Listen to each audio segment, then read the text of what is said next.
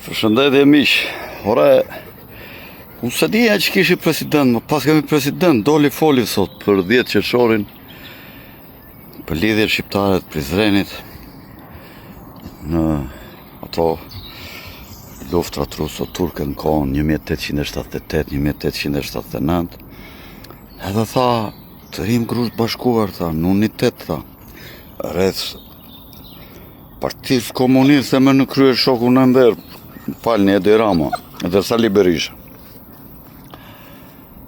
Ku ka qenë ky presidenti më gjithë sot ditë? Nuk e di ai që këto ngjarjet madhështore të protestave të njerëzve janë baras me atë kuvendin e 10 qershorit të lidhjes Prizrenit. Si s'ka dalë ky presidenti përfaqësuesi shqiptarëve të thot një fjalë? Ti bëj thirrje Edi Ramës, si e mendon ky? Kanë të drejtë ta njerëz? Apo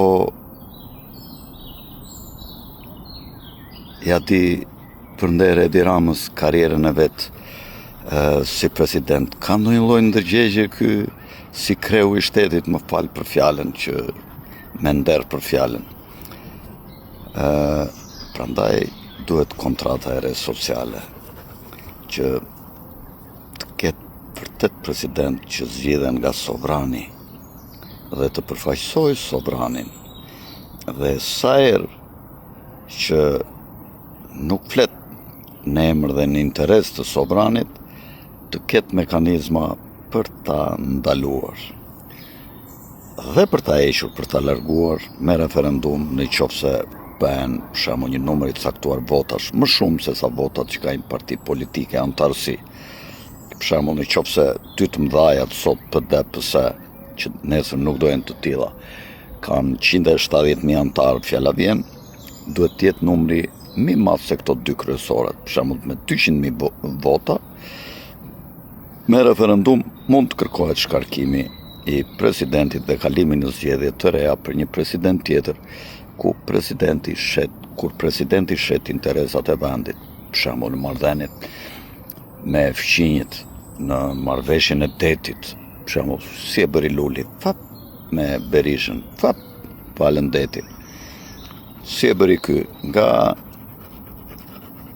firmat që kishin ardhur amerikane këtu për të ndërtuar korridoret e gazit, ku Shqipëria sigurisht do fitonte një llok më të mirë, më 2017, mi po doli me Gonigali.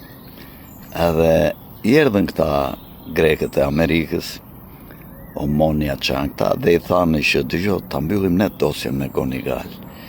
Vetëm ti mbyllë rrugën këtyre dhe kaloi të gjitha korridoret që nga Greqia. Dhe Rockefellerët punduan, s'do ti shkoj këte unë. Dhe për të shpëtuar bythën e ti, tak, shiti interesat kombëtare, vetëm të ngelet piktori në krye. Piktori është Jezu Krishti, e ka dërkuar Krishti, po mos jetë ky, armiqtë do na sulmojnë, po mos jetë ky, do na ikë dhe oksigjeni dhe do vdesim, po mos jetë ky, edhe toka mund të vitiset dhe të krijojë një tektonik shumë të madhe, ku mund të zhduken të gjithë shqiptarët. A e kuptoni se kush është piktori apo jo? Prandaj, keni kujdes, mos u ngriheni kundër piktorit dhe kundër tutorit të këtij presidentit që më në fund foli sot. Jam i sigurt që